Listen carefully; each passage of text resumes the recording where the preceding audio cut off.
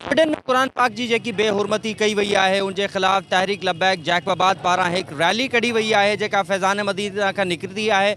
ही रैली जेको आहे उहो जनरल प्रेस क्लब में जेको आहे इख़्तिताम पज़ीर थींदी। वधीक रैली में शरीक अॻवाननि ऐं माण्हुनि जो छा चवणु आहे, अचो त उन्हनि सां ॻाल्हायूं।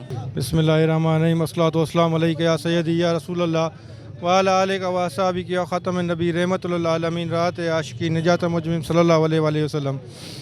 जीअं त तव्हांखे हाल ही में ख़बर आहे त हिननि क़ुरान जी बेहुरमती कई आहे। ये पहिरियों चक्कर न थियो, ये बार बार ये करे रहिया आहिनि। असां करोड़नि अरबनि मुसलमाननि जो दिलि आज़ार करे रहिया आहिनि।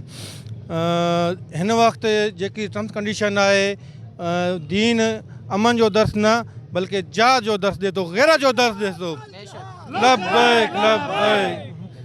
असां खंज़ीरनि खे ॿुधाइणु चाहियूं था त आका जा ग़ुलाम 1400 साल खां पोइ बि अॼु बि ज़िंदा आहिनि। तव्हां अगरि अॼु को ॿीहरां अहिड़ी का हरकत कई, हे असां तहरीक लब्बैक जे प्लेटफॉर्म को तव्हांखे आगाह करूं था। असांजे क़ाइद जे हिकिड़े हुकुम सां सॼो पाकिस्तान बंदि थियो आहे। इंशाअल्लाह अज़ वजल उहो वक़्तु परे न आहे जो असांखे तव्हांजे घर में घिरी करे गुस्ताख़ रसूल खे असां ज़मीन में दफ़न कंदासीं।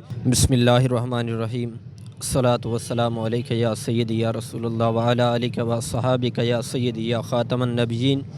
हिन मरतबा स्वीडन में कुरान मजीद फ़ुरक़ान हमीद जी बेहुरमती कई वई आहे। कुछ अरसा क़बल हाईलैंड जे बेग़ैरतनि खिंज़ीरनि बे कुरान मजीद जी तौहीन कई ही ऐं हमेशा इहो सिलसिलो जारी रहियो आहे कि कॾहिं आका अलैहिस्सलातु वस्सलाम जी इज़्ज़त ते हमिलो थिए पियो, कॾहिं नामूस रिसालत ते हमिलो थिए पियो, कॾहिं इज़्ज़त सहाबा ते हमिलो थिए पियो, कॾहिं कुरान मजीद फ़ुरक़ान हमीद जी बेहुरमती कई वञे पई। जेकॾहिं शुरूआत में ई असांजा मुल्क पाकिस्तान जा जेके हुक्मरान आहिनि इहे असल खां वठी बेग़ैरत बणियल आहिनि। जेकॾहिं इहे उन्हनि खे मुंहुं तोड़ जवाबु ॾियनि हा, शायदि अॼु हीउ ॾींहुं ॾिसणो न पवे हा। ऐं इंशा अल्लाह असां आका मौला सल्लल्लाहु अलैहि वसल्लम जा जेके ग़ुलाम आहियूं, असांजे जिस्मनि में जेतिरे ताईं जान आहे असां आका अलैहिस्सलातु वस्सलाम जी इज़्ज़त ते पहिरियों ॾियणी ॼाणियूं था ऐं हुरमत क़ुरान ते क़ुर्बान थियणी ॼाणियूं था पिया। ऐं जेकॾहिं उम्मत मुस्लिमा जा जेके हिन वक़्तु ज़ालिम हुक्मरान आहिनि, इन्हनि खे चयो वञे थो तव्हां उन्हनि खे मुंहुं तोड़ जवाबु ॾियो, उहे चवंदा असां छा जवाबु ॾियूं। अल्हम्दुलिल्लाह इहो मामिलो बि असांजे अमीर मोहतरम हर बार हल कयो आहे। हिन बार बि इहो ॿुधायो आहे कि हिकु हथ में क़ुरान पाक खणी करे, ॿिए हथ में एटम बम खणी करे तव्हां स्वीडन हलिया वञो काबीना वठी करे। उन्हनि खे ॿुधायो कि असां क़ुरान मजीद फ़ुरक़ान हमीद जो तहफ़ुज़ करणु आया आहियूं, हिफ़ाज़त करणु आया आहियूं। बिस्मिल्लाहिर्रहमानिर्रहीम। लबैक लबैक लबैक या रसूलल्लाह, लबैक लबैक लबैक या रसूलल्लाह। साईं इन मामलात में सब खां पहिरें में पहिरियों जेको कुछ भी थिए थो पियो, उन्हनि खे जेके हथी ॾिनी थी वञे, इन में सॼो जेको दारोमदार असांजे हुक्मराननि जो आहे। जेकॾहिं उहो स्टार्टिंग में ई अहिड़ो क़दम खणनि हा, जेके स्टार्टिंग में ई उन्हनि जेकी बेरुमतियूं शुरू कयूं असांजे नबी जे नाबूद मथां या ॿियनि मामलातनि ते, दीनी मामलातनि ते, त हेल इहे मामलात पैदा न थियनि हा। जीअं असांजे मुफ़्ती साहब हुकुम कयो त जीअं माना अगरि जेकॾहिं शुरू में ई इहे स्टैंड खयां वञनि हा, हिकिड़े हथ में क़ुरान पाक, ॿिए हथ में जेको आहे जेकॾहिं असां एटम बम खणी करे उन्हनि जे साम्हूं बीह रहूं हा त अॼु उन्हनि जी ज़रूरत न थिए हा। तव्हां अॼु बि तव्हां हाणे बि आज़मूदो कयो त जेकॾहिं तव्हां कंहिं बि पार्टी जे, जेकी बि सियासी पार्टी आहिनि, उन्हनि जे कंहिं बि हुक्मरान जे मुंहं में हिकिड़ो जूतो हणो न, सॼे मुल्क में हड़ाधड़ी मची वेंदी, सॼी मीडिया ॿाहिरि निकिरी ईंदी, शहर बंदि थी वेंदा। हिननि जी एॾी नाक़िस, एॾी जेकी छा चइजे काइली आहे, छा बेईमानी आहे, छा आहे जो हुज़ूर जे नामूस ते हमला थियनि था, क़ुरान पाक खे शहीद कया था वञनि, असांजे दीन ते हमला कया था वञनि, त हिनखे जूं ई चक नथी पाए। असां इहे चऊं था इहो सभु जेको कुझु बि आहे हुक्मराननि जो ई आहे। जेकॾहिं हुक्मरान असांजा सख़्तु हुजनि त असांजी आवाम बि मज़बूत थिए न। आवाम त बार बार निकिरे पई। तहरीक लबैक पाकिस्तान दीन जे हर प्लेटफॉर्म खां जेके भी मसला मसाइब जॾहिं भी पैदा थिया आहिनि दीन जे मामलात में, अल्हम्दुलिल्लाह आम मुसलमान करबला असां सभ जे लाइ दर्स आहे हिकिड़ो। करबला में यज़ीद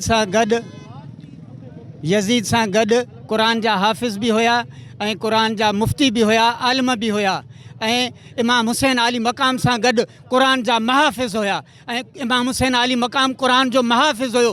हाणे अवाम ऐं मुसलमान फ़ैसिलो कनि त हाणे यज़ीद जा थींदा या इमाम हुसैन जा थींदा। जे इमाम हुसैन जा थींदा त अॼु उन्हनि खे निकिरणो आहे, आलम इस्लाम जा सभु मुल्कनि खे जेके बि मुसलमान आहिनि सभ खे निकिरणो आहे, हिते निकिरणो आहे ऐं इमाम हुसैन जे जेको काफ़िले में अचिणो आहे, क़ुरान जो महाफ़िज़ थियणो आहे। क़ुरान जा हाफ़िज़ होॾे बि हुया, निमाज़ होॾे बि पढ़ी पई वञे, इमाम हुसैन वटि बि निमाज़ पढ़ी पई वञे। हाणे मुसलमान पाण फ़ैसिलो कनि त कहिड़ी निमाज़ अदा कंदा, कहिड़ो क़ुरान पढ़ंदा। सिर नेज़े ते हुयो क़ुरान जी तिलावत हुई। मुसलमान हाणे पाण फ़ैसिलो कनि, पंहिंजे ज़मीर सां ॻाल्हाइनि, पंहिंजे इस्लामी मुसलमान हुजण जे ग़ैरत ऐं जज़्बे सां ॻाल्हाइनि त हाणे इमाम हुसैन जा थींदा या यज़ीद जा थींदा। हुक्मरान जी कुर्सी आहे यज़ीद जी कुर्सी। जी नाज़रीन, रैली में शरीक माण्हुनि जो तव्हां ॻाल्हियूं ॿुधियूं, हुननि जो ही चवणु आहे त हीउ पहिरियों भेरो जेको आहे इन तरह जो मामिलो न थियो आहे। इनको पहिरियों फ्रांस बि जेको आहे नबी अलैहिस्सलातु वस्सलाम जी शान में गुस्ताखी कई ऐं हींअर स्वीडन पारां क़ुरान पाक जी बेहुरमती कई वई आहे।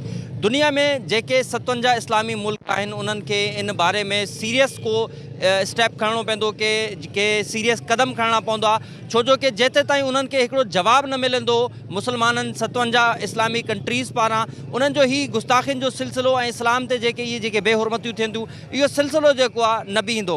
हिते मुज़ाहिरीन जेके हुया उन्हनि पाकिस्तानी हुकूमत खां बि इहो मुतालबो कयो आहे ऐं 57 इस्लामी मुमालिक खां बि उन्हनि जेको आहे इहो मुतालबो कयो आहे त तव्हांखे इन तरह जा जेके वाक़ियात आहिनि उन्हनि जो सख़्ती सां रिएक्शन जेको आहे तव्हांखे ॾेखारिणो पवंदो।